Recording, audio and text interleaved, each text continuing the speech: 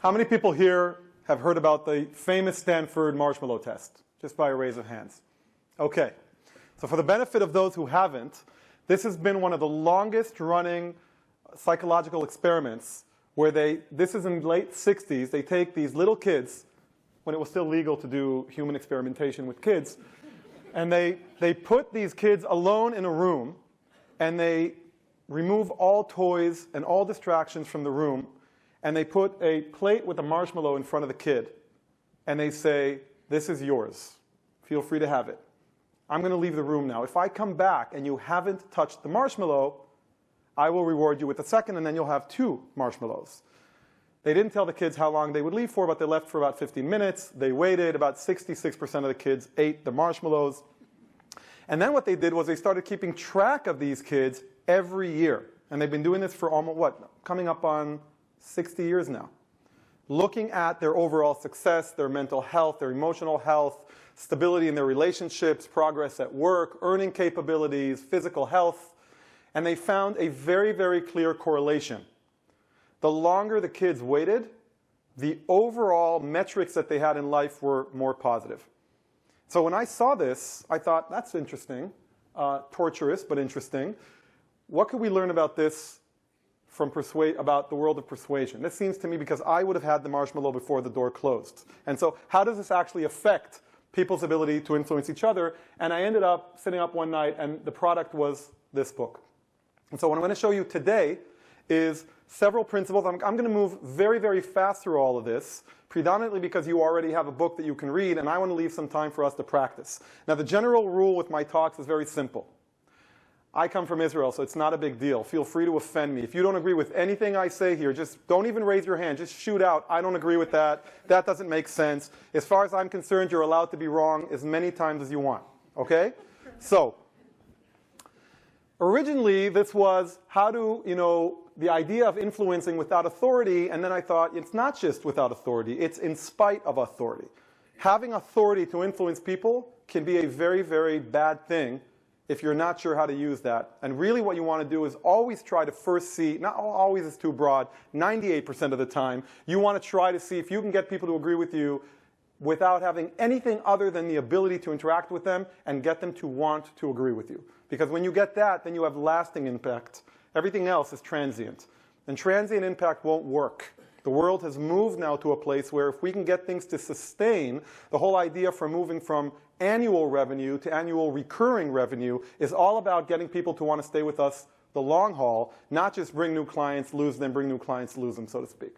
So this is the one rule you should take away from this talk. So if you blank out and don't remember anything else that I say, this would be what I want you to remember. People feel before they think and long after they think. So if you look at this graph, what we know today from research is 30 minutes after you talk to somebody, they'll forget about 90% of what you said. Sales presentation, management meeting, political conversation at home, argument over sports. People will forget 90% of what you say after 30 minutes, but they won't forget how you made them feel.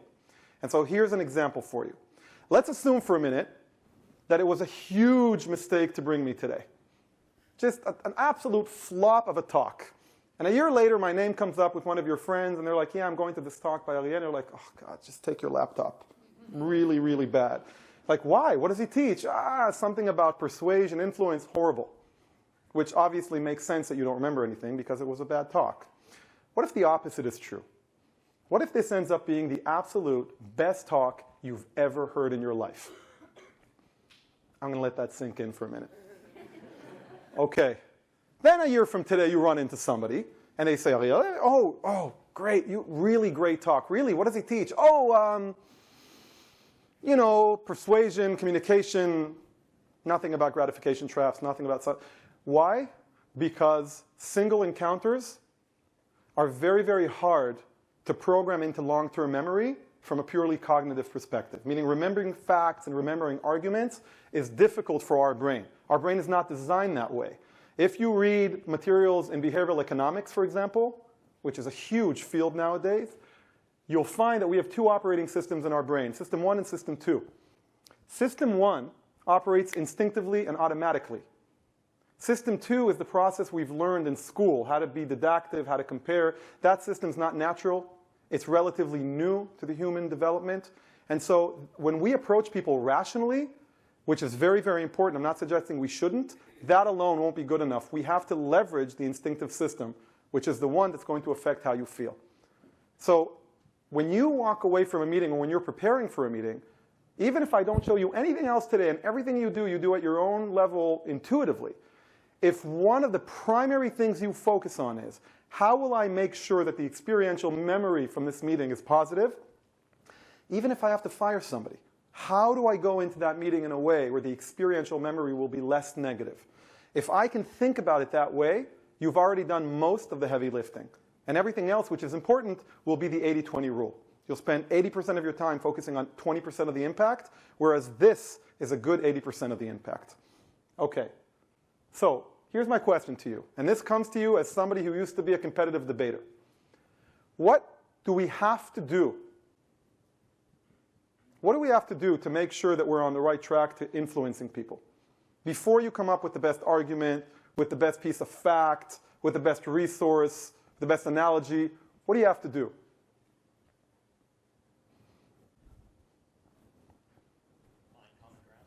Find common ground. Meaning, if we have something that we have in common, why do I want to find common ground? That's the how. What am I trying to accomplish? I want to start from a point of agreement about something. Okay. Because if we do that, what will that do? It makes it easier to set a foundation to introduce a new idea that you can also build an agreement on. Okay. So I'm going to distinguish between the first statement of finding common ground and the second part of something we can agree on. Because I think the first one is broader and more powerful. Finding common denominators, for example, is a huge thing. If you start a meeting with somebody, and that's, by the way, where the art of small talk comes in. If within the first few moments of an interaction with somebody new, you are able to identify something that the two of you have in common, you're off to a huge start. That system 1 is automatically, who mentioned before, trust, which is a huge thing, right? Trust will be built. Not necessary. We don't have the luxury of waiting till I can prove to you that I can deliver. You have to decide to give me an opportunity to deliver. People who find things that they have in common with other people automatically feel greater trust. And that's the evolution of 200,000-300,000 years of the Homo sapiens existing in small communities that had a lot of things in common. You need to understand the way we live today is not natural to the human condition. The way humanity is existing today on the planet, which is what, 100, 200 years old, considering the digital age, completely not natural to 200,000 years of having 20 people around the fire talking to each other. So in the past, if you ran into somebody and you didn't have the same language and they didn't look familiar to you and you didn't remember having gone through something with them and you didn't have friends that you had in common with them, your system automatically jumped into what? When we feel threat, what's the famous? Fight, flight, freeze. And what's the fourth one, as of about 10, 15 years ago? Facebook. Don't know who they are, got to look them up, and then Facebook will say, here are the number of friends you have in common, something in common. So to your point, the common ground at an interpersonal level, I don't want to have to agree yet, I have to get to agreement. If I can get to that as a next stage, that's perfect, but at the very, very basic system 1 kind of thing, I want to look at the person and feel that we have something in common. So before we do all of these things, we have to make sure that we are maintaining something called the persuasion equation. Just like the movie The Theory of Everything, where he tries to come up with one mathematical equation to explain all of the truth in the universe, this is one equation to explain all persuasion. It's very simple. I did the graphics myself, by the way. I just want to make that as a point. So people need to walk away with a positive feeling. It doesn't mean we need to appease them, and it doesn't mean we always have to agree. But it does mean that even when we disagree, we have to make it in a way where they will still want to engage with us in a conversation, again, coming to you from somebody who discovered firsthand the devastating, lasting impact of being a good debater, which is nobody wants to talk to you. Okay? I would have dinner at home. I have 3 older sisters. My mom would be like, so what do you think? That's what's happening in the news. I'm like, well, Mom, Ariel, why don't you give your sisters a chance to speak? But we haven't even started the conversation. I know, but you're going to hog the conversation. You're going to put everybody in a corner. And I haven't done that for years, and I can't shake that. Okay? So we have to make sure people are in a positive feeling. For that to happen, and this is, I really love this quote. Okay? So I have learned that people will forget what you said, People will forget what you did, but they will never forget how you made them feel. And I promise you that if you try to go down memory lane 10 years, 15 years, 20 years to major people in your life and you think about them, you will have a feeling. And if I told you now to take out your phones and just randomly pick a day in your calendar from a month ago or from a month from today, find a meeting that you have randomly, see the name of the person you're meeting, and within a split second you will have a gut response in your stomach which will be yes or no. And that gut response happens immediately, and it affects the whole process of how to go into that meeting. So what we want to do is we want to calibrate that gut response. We want, when the phone rings and they see our name, we want this general positive feeling. When they see an email from us, a positive feeling. Because people procrastinate, and people don't like being outside of their comfort zone, we are going to be in their comfort zone. So to the point that was made before about constantly pushing yourself out of your comfort zone, that's great. But we actually, if we're not managing people, if we're just interacting with them, we don't want to push them out of their comfort zone. We want to be their comfort zone. And that's a huge thing. It means they'll prioritize us more times. So I almost did the whole blue pill, red pill, but that got old. So here's the tragedy of this model. This is the one downside of what I'm showing you. It's not a matter of how good you are applying this. I believe that this is, in fact, an all-encompassing rule for everybody, no matter how great you are at this. When you try to influence people, you have a choice. You can either enjoy the engagement yourself and gratify yourself, and I'll show you in a minute what that looks like, and it's not pretty, or you can go for lasting impact. You can't really have both. Yeah, debates and conversations can be fun, but at the end of the day, there are built-in dynamics when we engage with people that create this internal need to behave in a certain way that's gratifying to me, but violates the persuasion equation for you. And so every time you go into a discussion, and especially the more intense the conversation is going to be, the more sensitive the topic's going to be, the more important the outcome is to you, the more strategic the engagement is, the more you want to walk into that meeting saying, I am going to choose the green door. And what does that mean for me? So just remember that. Instant gratification for you or lasting impact over them. That's the binary choice you have to face. Now, here are the three dynamics that will usually turn us into our own greatest obstacle to persuasion. This is things we do that hurt our cause in trying to affect other people. They're called gratification traps because they tempt us to go into the red door. Can anybody guess what they are?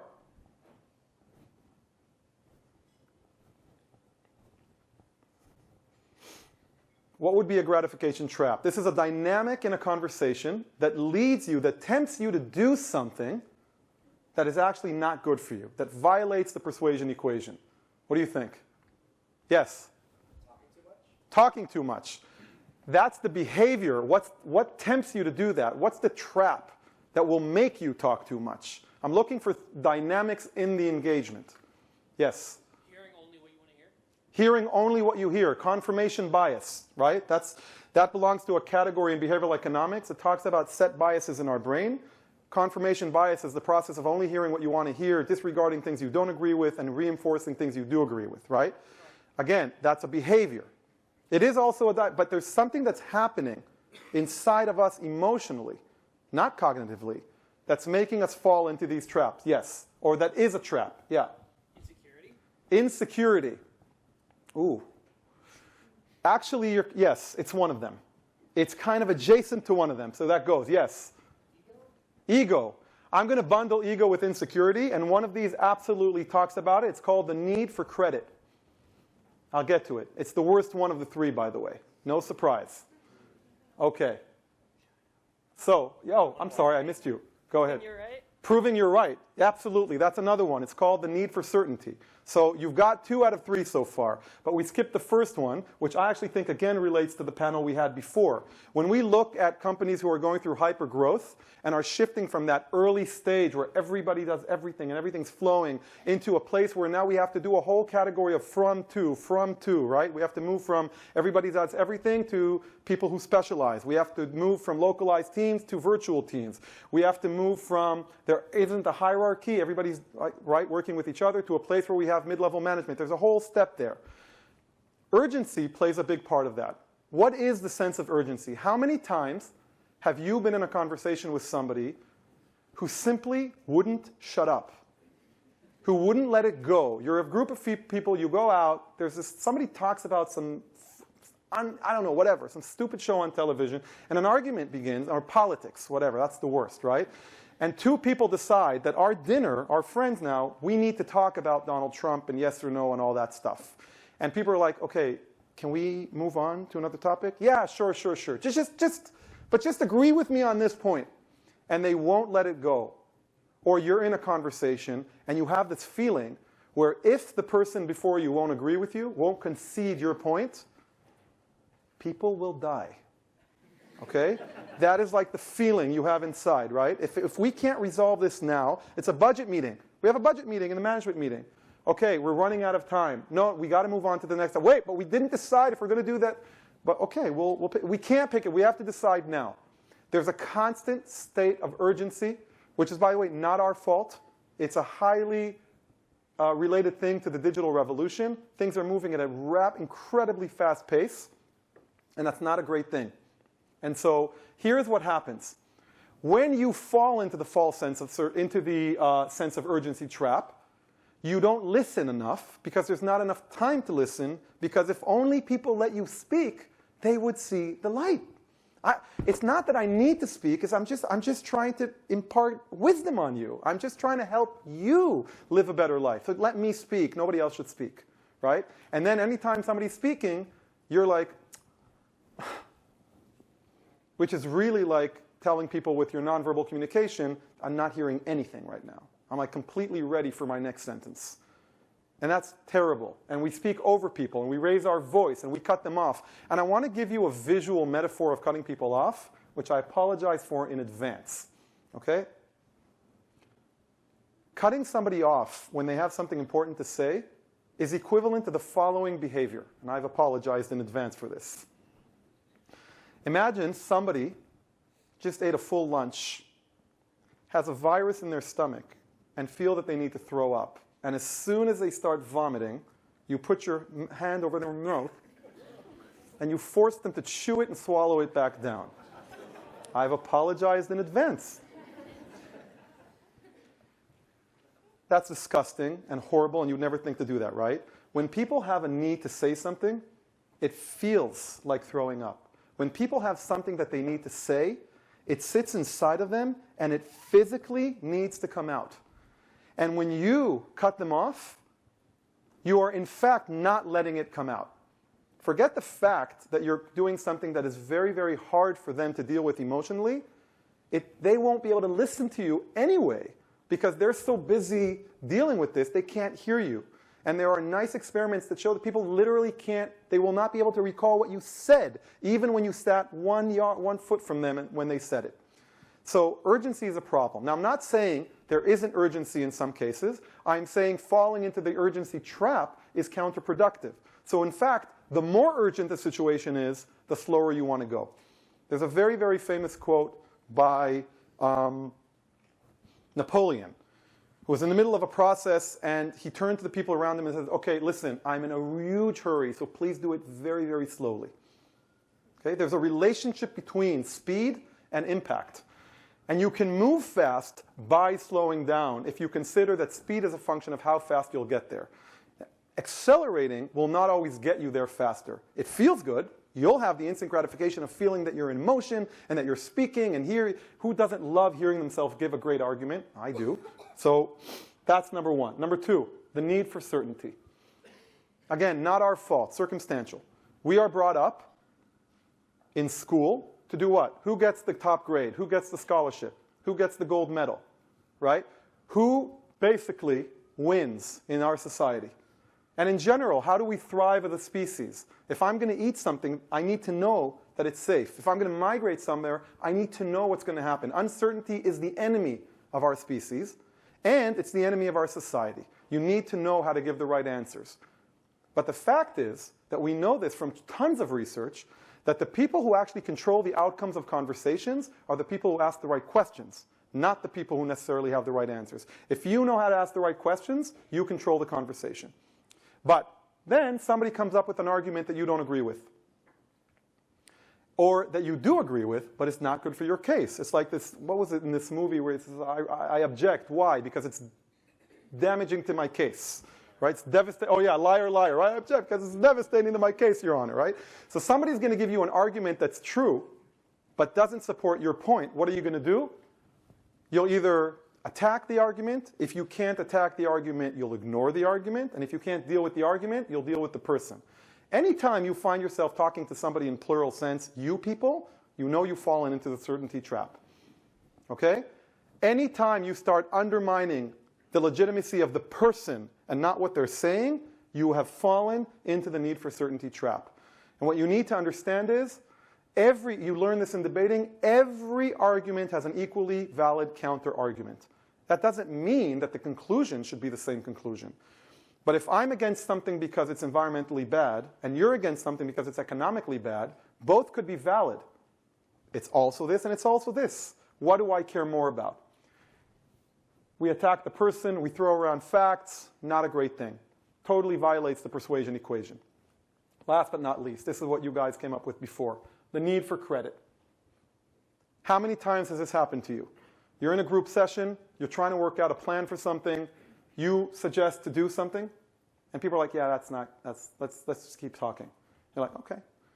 Second meeting, third meeting, on the fourth meeting, 2 weeks later, somebody else in the room, who everybody loves, is like, oh, I have an idea. You know what we should do? Why don't we do this and this and this? And everybody's like, oh man, that's brilliant. And you're like, what? Are you serious? What's the problem here? This is exactly what you suggested 2 weeks ago. Like, to the word. And you're like, guys, I suggested this 2 weeks ago. No, you didn't. I did. Oh my God, I'm going to start recording these meetings. You're out of your mind. Now, why is this such a horrible trap to fall into? Because with the other two, you're fighting with people who don't agree with you. Here you're fighting with people who do agree with you. They literally just got to the conclusion you recommended 2 weeks ago. But because we need credit, we need to be acknowledged for our ideas, instead of saying that's a great idea, we come back with that was my idea. Now, maybe it was your idea, and it's really annoying that you don't get credit. And credit can be important for getting budgets and getting promoted and winning prizes. You have to decide what's worth it more for you. The credit in that moment as part of your career development, or the dynamic with this group that you want to be able to influence over and over and over again. And I'm not telling you what the right answer is, because sometimes you need credit. You need to sometimes fight for credit. I just want you to be aware of your options. I want you to slow down a little so that you can actually choose which door you're walking into and not be thrown into the door because you're in this current that you can't control your destination. So this is about awareness and self-control, and that's why this relates to emotional intelligence much more than it does to IQ. Okay, here are 5 ways to avoid this, and then I'm going to try it out with you a little. Number 1, plan for a process. The more important the meeting, the slower you should expect to move. Don't walk in thinking, I'm going to get an agreement today. Don't walk in saying, I'm going to actually get them to agree with me politically on this. Walk in and say, I'm not going to get them to agree with me on this today. What that's going to do to you, it's going to prime your body physically and psychologically to relax. And the more relaxed you are, the more pleasant it is to talk with you. There we have the persuasion equation. Now, within that process, the smaller the step you can move, the better. That's the idea, again, that you brought up before of the common ground. A small move, something that we have in common, a joke, a reason to smile, a hobby that we can talk about. It doesn't even have to relate to the meeting itself. What's the smallest possible move that you could expect from this individual, or the smallest series of moves in this meeting, and then build a plan over 3 meetings? You're going to be like, I don't have 3 meetings. I have 1 meeting, and then I'm going to meet this person again in 6 weeks. What should you do? How do you break a single meeting into a process?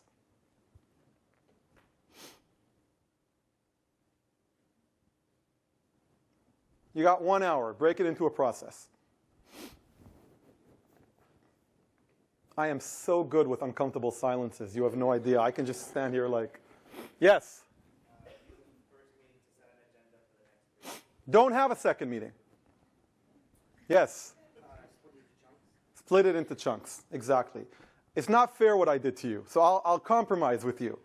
You can decide that your purpose for this meeting is getting another meeting, right? You can say, the value I want to get from this engagement is, or the metric of success for me is, to get this person to want to meet with me again. But if I don't have the certainty of that, I will take that 1 hour meeting and I will break it down into 5 segments of 12 minutes and ask myself, how can I create now 5 interactions over that hour? This is all about thinking ahead. It's like a chess game. And it's all about making sure that the way I operate is productive from an experiential perspective. Okay? The smallest possible step you can take is a step that is no step at all. If you can find a way to leverage their existing belief system, their existing value system, to support your recommendation, well, no change is needed, right? So let me give you an example. I want to suggest that there are 2 cities. One city has tons of employment. Another city has unemployment. I'm going to suggest to a friend of mine we should have free shuttles every 15 minutes for people in the underemployment area to be able to access job opportunities 50 miles away. And I want to help close social economic gaps. I mean, I think that's worth a Nobel Prize. Okay? My friend says, absolutely not. Do you know how much pollution that's going to cause? Shuttles, they pollute terribly. They're going to create traffic. For every additional minute of traffic, that's thousands of vehicles emitting gas into the...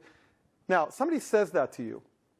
What's like a likely response that that individual is going to get from the person proposing the initiative?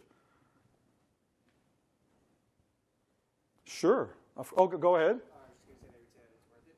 Of course it's worth it. What do you mean, of course it's worth it? What are you talking about, pollution? Sure. You eat a full meal every day, don't you?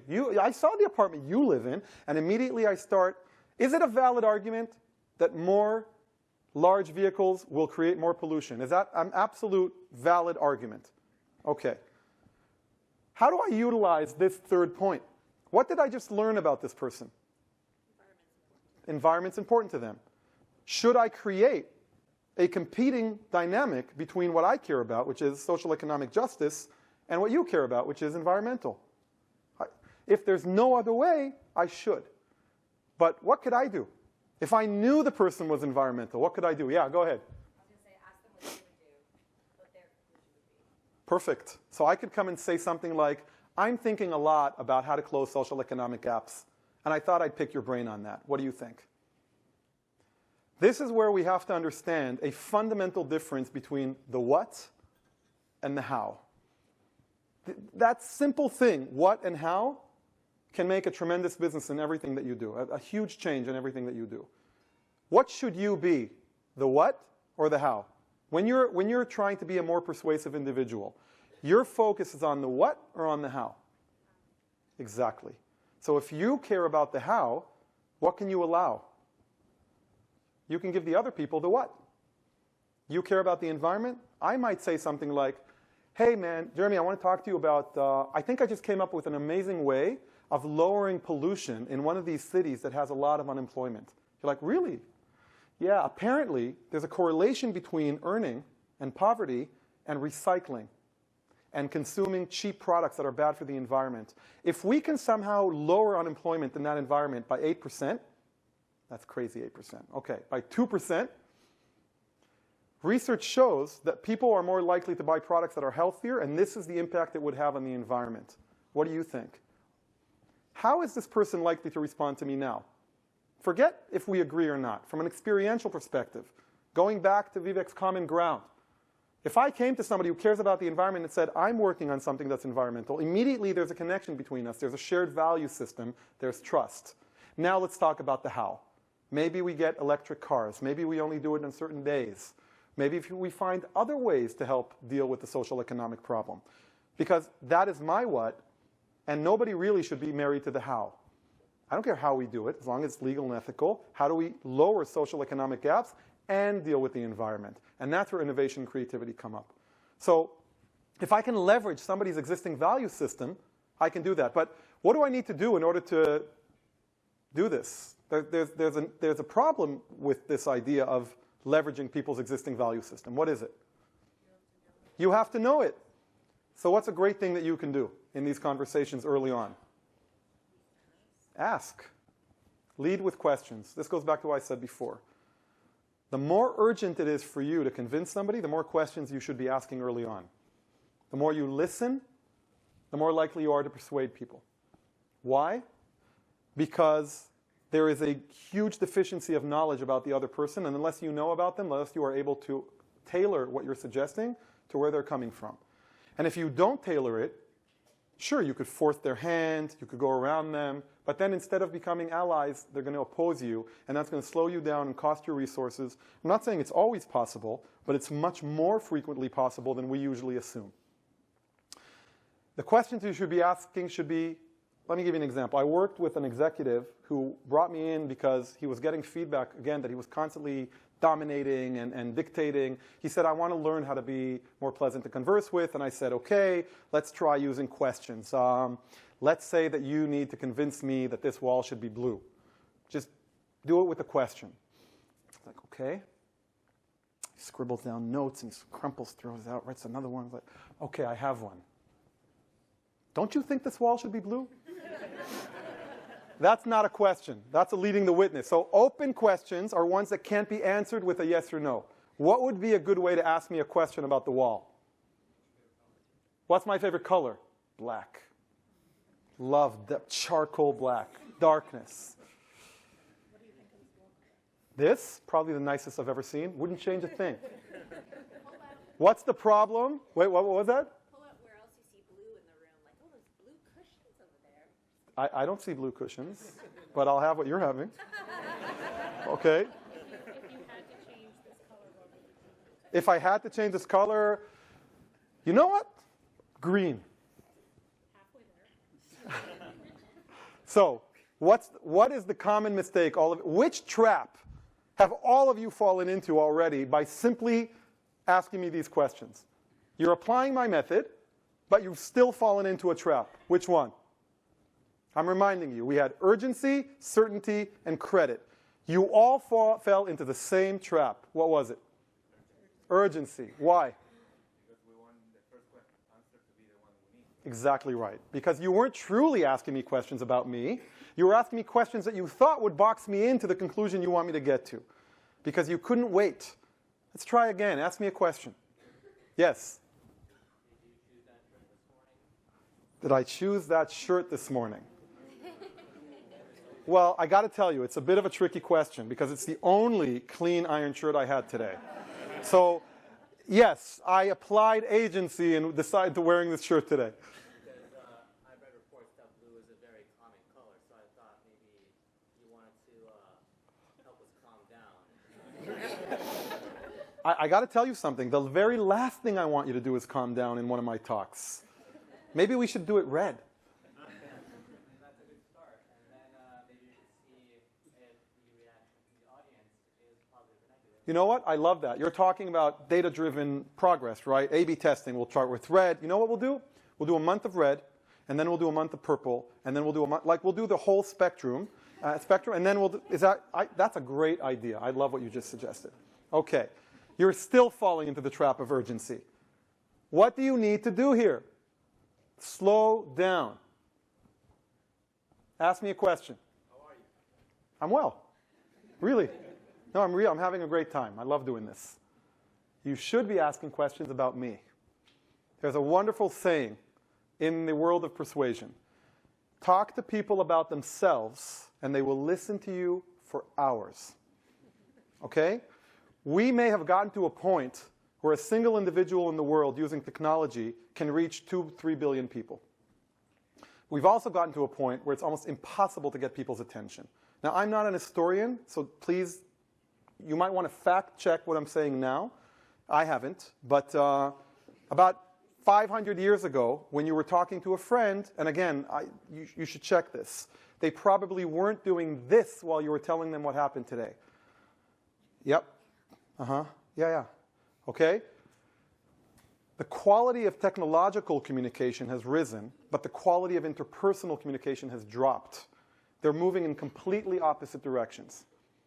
So it's very good for productivity to be able to send an email quickly, but it's very, very bad that communication has gone from in-person to vocal, to video, to vocal, to text. And there's a reason why emojis have emerged. We're literally back to hieroglyphics, right? And there's now research that shows that the use of emojis increases collaboration. It's a bit weird if you're sending like a wink to a CEO of a client, but we're getting there. And so we need to be able to close that gap again. And we need to, you want to talk about me. Give me the attention that nobody else is giving me. I mean, think about what's social media. Social media is an entire set of technologies that are meant to make the world constantly keep track of you. Right? It doesn't get more self-centered than that. That's because we are starving for attention. Give people attention, you have the persuasion equation. So, ask me about the wall. What do you want? Let's talk about what color this wall should be. Your goal is to get it to be blue. Yes? I really like your beard. I'm curious where you got that trim and if you could recommend a good barber. I do it myself, actually. Yeah. A good set of clippers you use for that? No. Actually, but I'll be happy to show you sometime if it's not too weird. Maybe after we get some drinks, we can go there. But yeah, I got to tell you, I got this beard about a year ago. It was the final pinnacle of my midlife crisis. I thought I need a change. I need a change, and I didn't want to dye my hair yellow, so that was it. Well, it looks great on you. Thank you. I appreciate it. I feel. When did you get your beard done? Like, have you always had it? No, I just got lazy a couple of years ago. And, No, but I see. But you're trimming it and you keep it up. You know, I have a wife, and so I kind of. You have to. I understand. Okay, very interesting. That's a great conversation to have. May seem funny and fake, but if you choose something that's real, if you actually pick something that's worth talking about, and you create a common denominator, it's not that we're dumb or idiotic or fake. That's how our system is designed. Survival-wise, you meet somebody you don't know, they're a danger to you. It's that simple. And the fact that we're no longer cave people doesn't matter, because inside we are. We are like an old Nokia phone with an iPhone 9 software or 10 software installed on it, and it's causing a ton of problems in the world. I won't get into the matrix management structure and the damage that is causing, even though it's important to have centers of excellence. I'm telling you that our social development is running faster than our cognitive and physical development. 100 years of social evolution transformed the world. 100 years of physical evolution is nothing. And so we got to fix that. We got to compensate for those gaps. One of the ways to compensate for those gaps is to give people what they're not getting today. So ask me something. Use questions to get me to agree that the wall should be blue. We had one good example. Soon we're going to do something real, like a more serious topic. Yes? So you do a lot of these talks. How many have you done so far this year? Kind of really on the other end. Oh, this year, 2 weeks. 4? How Yeah. many you usually do a year? Wow. I mean, I got to think about that one. Probably 50? 50? Okay. A couple a month. Yeah. Weird locations you've ever been? Some cool stuff. The last one I did was in the Bahamas, which is we can stop now, because if that oh wow is sincere, I felt it was, and if it wasn't and I felt it was, who cares? Seriously. I'm not preaching, let's all hold hands and sing Kumbaya. I'm not here to say we should all be better people. That just happens to be a great byproduct of this model. I'm here to give you something that I think can actually get you where you want to go. And so that point about sincerity, but Mark Twain once said, if you can fake sincerity, you've got it made. But my suggestion is find the topics to talk about that are actually interesting to you so that you don't have to fake sincerity. And a great way to do that is to do some research about the people you're going to meet ahead of time. Well, the one great thing of the digital revolution is that we can actually log online and find a ton of information about people. Don't be weird, okay? And use judgment about what you talk about, right? I won't be like, I was also never, convicted, no evidence, right? Like, I won't. That's not a good common denominator to have, right? And everybody's like, exactly. How did you know to go to him with this? Okay, so what you want to do is you want to create a map of data about the individual. Hobbies, where they went to school, where they traveled, family, kids, pets, things they care about, music they follow, books they've read, food they like. I'm vegan. It's always a good thing to tell. You know how you know when somebody's vegan? They tell you, exactly. Okay, so this is the idea. So try not to have to fake sincerity. Now you might say, I don't have time to just shoot the shit with you for 15 minutes. We're going to run out of time. Which trap is that? Urgency. If you think you have a better way of getting it done within the time frame you have, ignore what I'm saying. If you don't, if you try and it doesn't work, then maybe try this. The idea is to get you there as fast as possible. My experience is the greater the stakes, the slower you move, because the faster you get there. That's like the dynamic. Okay? Does anybody have a topic that if we tried to debate now would create a divide in the room? Nothing that would lead to bloodshed, but something that would lead to a real conversation. I have a backup, but what was that? Done. Good. If that's the response, okay, good, noted. How many people, let's do a show of hands. New York pizza. Okay, maybe we need another topic. Wait, no. Chicago pizza. Chicago pizza. That's good enough. That's good enough. There have been small armies that have defeated the Roman Empire. Okay, so can we get some roaming mics for just a minute? Who, you were for Chicago pizza, right? Yeah, but you should probably ask one of the Chicago. Okay. Okay, very brave. So somebody else, again, that's fine. Okay, Chicago pizza, raise your hand, please. Oh, we've just lost some numbers. This is not going well. Okay, you know what? Let me ask you this. Let's take a different topic. I will propose that for all of its glory and contribution, Slack has gone too far. We would be very wise to I think 50% of the time we shouldn't be using Slack. How many people agree with that? How many people don't? Now we're talking. Okay, we need a mic over here. In the meantime, stand up. Okay, do you all have the things we gave you that you can throw? Okay, no, I'm kidding. So you don't agree that it's gone. You don't agree that we should limit ourselves to 50%. Okay, tell me why. There's a lot of different applications on Slack that actually increase productivity and can actually do a lot of the self-reporting that we're asking other people to do for us. Okay. So, do you have to use it for everything? No, but it could be a different tool, and you can add more power to it and to the productivity of the company. Got it. Who said we should lower Slack? Now, I should have said this. I will stop the conversation as soon as you fall into a trap. No pressure. All right. Do I have to stand? Please. All right. How many people go to bed at night sometimes feeling guilty? Like guilty you weren't a good wife or a good husband, or guilty that you didn't spend enough time with your kids. All right. Ooh, you went from the spouse to the kids and it suddenly, okay. So much more there. We know what the next talk should be. Okay. All right. I would like to make the argument that Slack just makes you feel more guilty. You feel like if somebody's slacking you, you have to respond right away. Did you fall into a trap? I did. Which one? The urgency one. I was going to say gratification, where I have. Well, they're all right. gratification traps. Oh, well, so you okay. definitely fell into a gratification trap. The obvious candidate is urgency, but I'm actually going to suggest that you fell into another one. What's the other one? Credit? We have credit and we have certainty. Certainty. I'm going to propose you fell into the certainty trap. Why? Because I was so convinced I was right. And that led you to do what?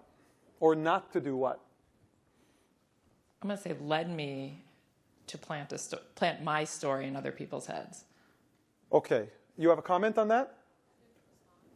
She didn't respond. You didn't acknowledge what was said to you by a person who you knew was among the constituency that you may want to influence, right? So we tend to preach to the choir.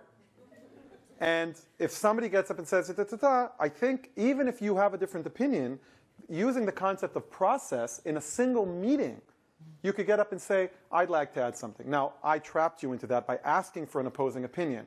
But I'm allowed to do that. It's my session, right? But the idea is, I would have gotten up and said, first of all, I want to start, I agree, it absolutely has applications that improve productivity. And what could you do even a step further that would really bring it home?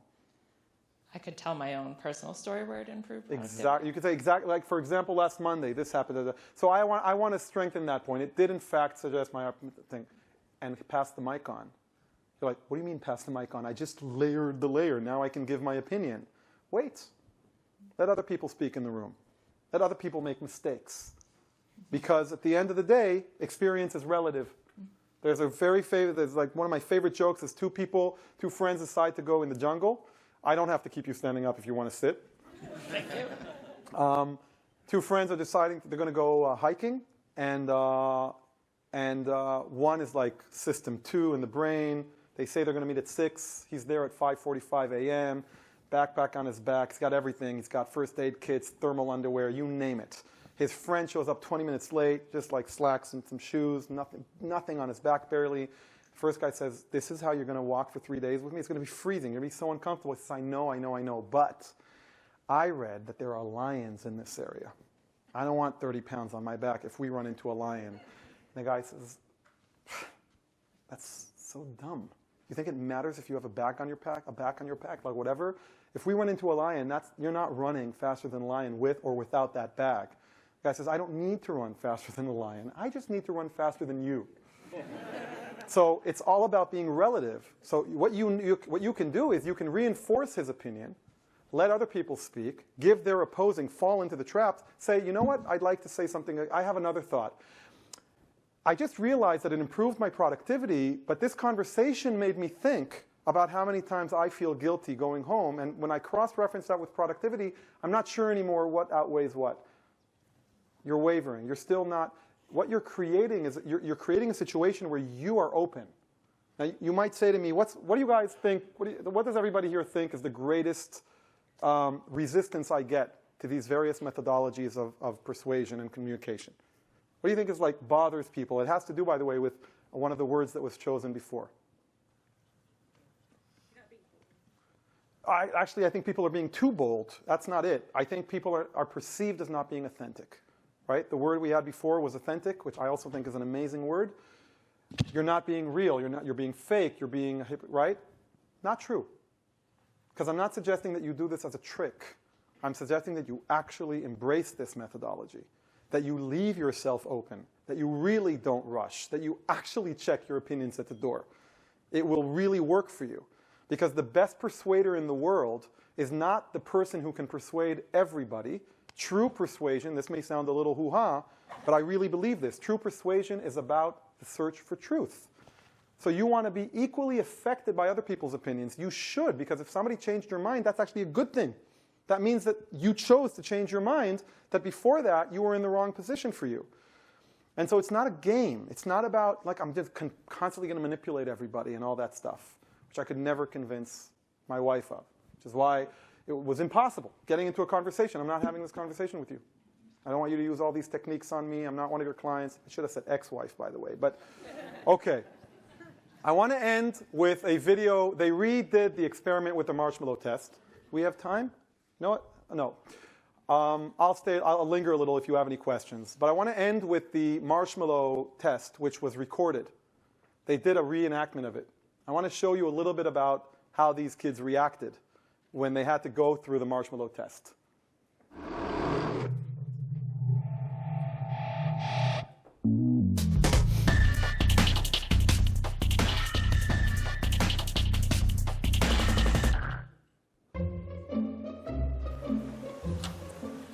Okay, sit in that chair. All right, here's the deal. Marshmallow, for you. You can either wait, and I'll give you another one if you wait, or you can eat it now. When I come back, I'll give you another one, so then you'll have two. But stay in here and stay in the chair till I come back, okay? All right.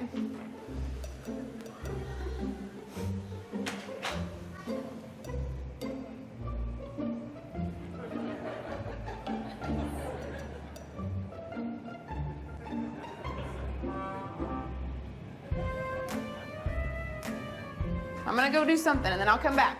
It smells yummy. It smells really good.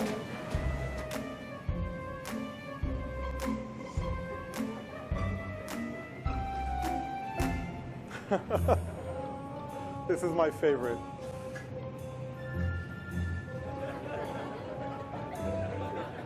Okay, thank you. We can stop the video.